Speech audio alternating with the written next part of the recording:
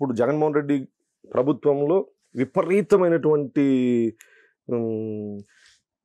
ప్రభుత్వానికి వ్యతిరేకంగా మాట్లాడితే హింసించి కేసులు పెట్టి రకరకాలుగా ఇబ్బందులు పెట్టేటువంటి రోజుల్లో చంద్రబాబు నాయుడు గారిని ఇష్టానుసారం మాట్లాడుతూ ఉంటే చంద్రబాబు నాయుడు గారిని వ్యక్తిత్వ హననం చేస్తూ అంటే అంత స్థాయి వ్యక్తిని కూడా ఏకవచనంతోనూ బూతులతో మాట్లాడేటువంటి ఇవన్నీ కూడా జీర్ణించుకోలేక క్యాడర్ ఆవేశంగా ఉన్నటువంటి రోజులు.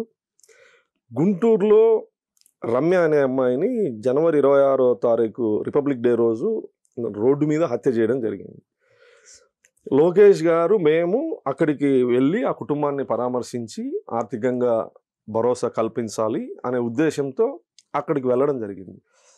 అక్కడికి వెళ్ళిన సందర్భంలో పోలీసులు ముందే పర్మిషన్ తీసుకున్నారు. లోకేష్ గారు టూర్ అంతా ఓకే చేసినారు.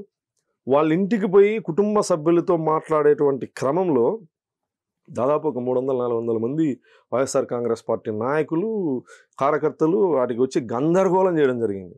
గందరగోళంలో లోకేష్ గారిని నేను లోకేష్ గారు చెయ్యి ఇట్లా పట్టుకొని ఉన్నాం మేము 2-3 లీడర్లు. పోలీసులు ఆయన కాలర్ పట్టుకునే విధంగా వ్యవహరిస్తూ ఉన్నారు. వైసీపీ కార్యకర్తలు పోలీసులకు అవతలే పోలీసులు దొబ్బేస్తూ లోకేష్ గారిని షర్టు చింపాలా లేదా రకరకాలుగా అవన్నీ నేను చెప్పకూడదు అంత దారుణంగా మాట్లాడుతూ మీదికి రావడం జరిగింది.